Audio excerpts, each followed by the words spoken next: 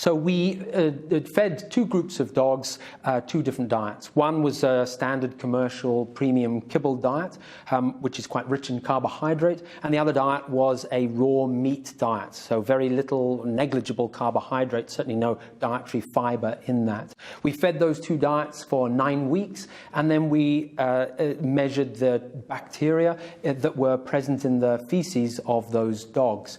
We were principally interested in the diversity of the bacteria that's found in the intestine.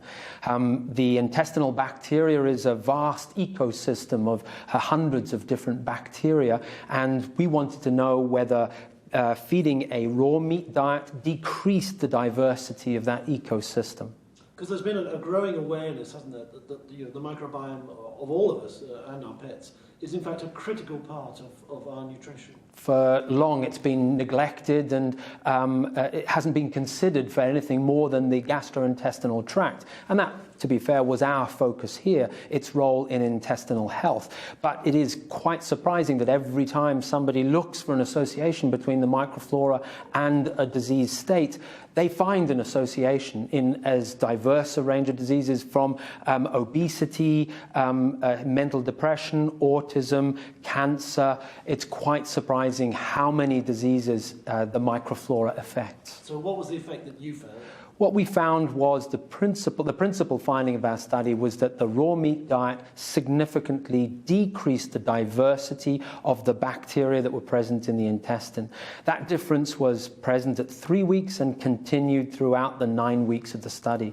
So at the end of the period, we saw about a quarter reduction, so a 25% reduction in the diversity, the richness of the bacterial species that were present in the intestinal tracts of those dogs. And would you anticipate that would have a knock-on effect on the dog's health? It is speculative. The dogs remained healthy, but from what we understand, yes, that is our supposition, that a diverse microflora is a healthy microflora, and depressing the diversity of the microflora might increase the chance of intestinal disturbances as the result of changes in diet, stress, antibiotic therapy, all sorts of things that can produce transient fluctuations in the microflora. If the microflora is low in diversity, it's more likely to be affected by that and then manifest with diarrhea or more serious effects, which could lead to chronic intestinal inflammation and diseases such as inflammatory bowel disease. Now, some people might find this rather strange. After all, dogs are carnivores. They've evolved to eat meat. Isn't it common sense that they should be fed primarily a meat diet? And that's a very compelling statement. The idea that why would we suppose that a rather bizarre commercial kibble that's high in carbohydrate could be more healthy for the essentially carnivorous dog than the raw meat that it has evolved from? And the answer to that is that, well, that may well be an apparent disparity between those diets, but the raw meat alone is not what a dog evolved eating. They evolved eating whole prey. They eat the skin, they eat hair, feathers, bony material, the intestinal tract. And so they're not just eating prime beef steak, but they're eating a lot of indigestible material as well. And that diversity of indigestible and highly digestible material is what maintains a rich, diverse microflora in the intestinal tract.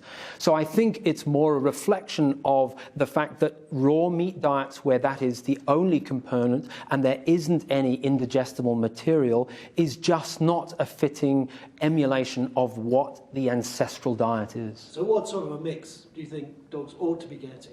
That is quite speculative, but if I am asked, which you are asking me to speculate, I would say that I think there's reason to believe that incorporating some vegetable material in a raw meat diet, if that is what you want to feed, is probably going to be healthy. But it does remain to be seen how much, what type is needed in order to maximize intestinal health.